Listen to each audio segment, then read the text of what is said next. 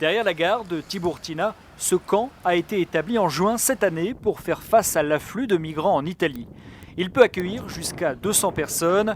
La Croix-Rouge italienne fournit de la nourriture, un toit provisoire et surtout du réconfort. Ces personnes, en majorité des hommes, ont tout quitté pour tenter leur chance en Europe. Ils restent dans le camp quelques jours, voire quelques semaines, pour reprendre des forces et poursuivre leur rêve vers l'Allemagne ou la Suède. Ils viennent d'Érythrée, du Soudan, de la Gambie ou encore du Mali. Au Mali, il n'y a pas beaucoup de solutions là-bas. On préfère venir comme cela que rester là-bas.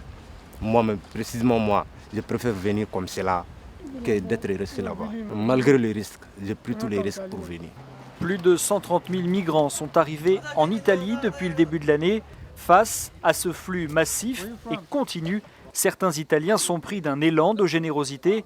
Ils apportent au camp de quoi soulager les migrants, notamment des vêtements ou des jouets pour les enfants. D'abord, c'est la moindre des choses que l'on puisse faire. Nous n'en avons pas besoin, c'est superficiel.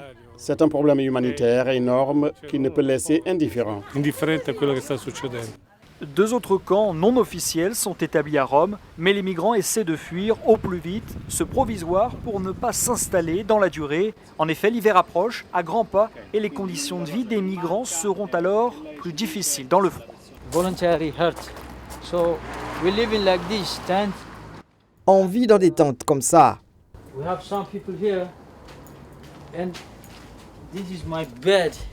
C'est mon lit ici. C'est très dur de vivre ici.